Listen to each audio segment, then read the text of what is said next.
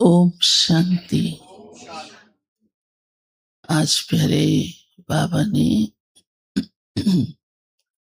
अच्छे पुरुषार्थी किनको कहेंगे, उन बच्चों की निशानी सुनाई है। तो प्यारे बाबा हम बच्चों को कहते हैं कि सबसे मुख्य बात है, जो फादर मदर को फॉलो करते हैं, माना ब्रह्मा बाबा और प्यारी मम्मा के कदमों पर चलते हैं, उनके कहने पर चलते हैं। फॉलो करना माना वैसा बनते हैं। तो उनका पुरुषार्थ अच्छा माना जाएगा। साथ ही बाबा ने उसके कहा है कि उनकी अवस्था बहुत अच्छी होगी और वो बाबा की याद में ज्यादा समय रहेंगे और अपने ऊपर पूरा पूरा अटेंशन रखेंगे, बाप के मददगार भी होंगे।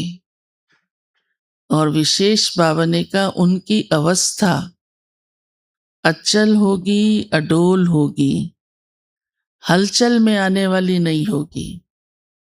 थोड़ी सी बात हुई और वो भी सह नहीं सके, समा नहीं सके, हलचल में आ गए। हलचल तो समझते हो ना?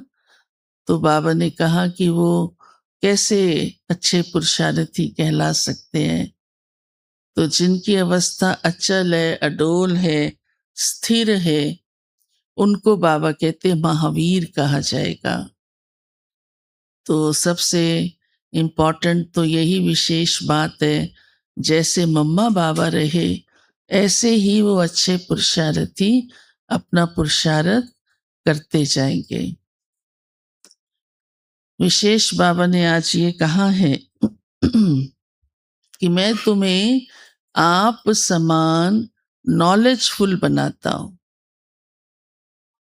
जो भगवान के पास नॉलेज है, उसने वो हमको सब दी है।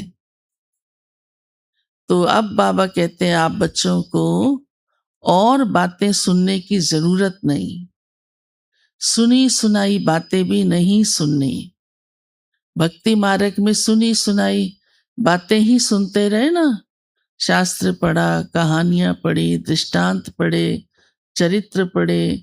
जितने भी देखो शास्त्र, चाहे रामायण देखो, महाभारत देखो, तो बड़ी बड़ी स्टोरीज हैं। लेकिन उसमें क्या क्या हम सुनते रहे। कोई ने कहा भगवान सर्वव्यापी है, कोई ने कहा कल्प लाखों वर्ष का है, कोई ने कहा परलोक इधर है उधर है, कोई ने कहा आत्मा इधर है उधर है। जो जो कहता रहा हम सुनते रहे, आए ना सुनते सुनते। और तो और उसको सतवचन महाराज भी कहते रहे।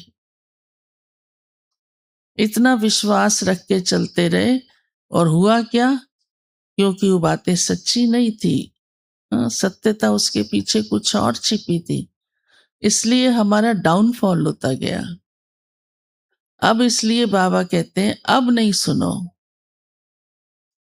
अब उसकी जरूरत नहीं है, क्योंकि अब आपको सत्यता पता चल चुकी है। और इसलिए भी जरूरत नहीं है क्योंकि अब बाबा खुद तुम्हें सुना रहा है। जब खुद ही सुना रहा है तो फिर उसमें दो राय या दो बातों का तो सवाल ही नहीं उठता ना। देखिए सत्य बाप हमें डायरेक्ट बता रहा है कि ये है असलियत, ये है सत्यता, तो और कुछ जानने की जरूरत नहीं। आज बाबा ने विशेष और भी कई बातों पर ध्यान खिंचवाया है कि एक तो संगम युग पर अब कोई विकर्म नहीं करने हैं। ये बात बाबा कई बार कहते हैं, क्योंकि नॉलेजफुल बनने के बाद अगर हम विकर्म करते हैं तो उसका हिसाब बहुत कड़ा बनता है। जैसे लौकिक में भी, संसार में, जैसे कोई बालिग हो जाता है और नाबालिग होता है तो उसका केस उसी हिसाब से कड़ा और हल्का माना जाता है, सजा भी उसको ज्यादा होती है।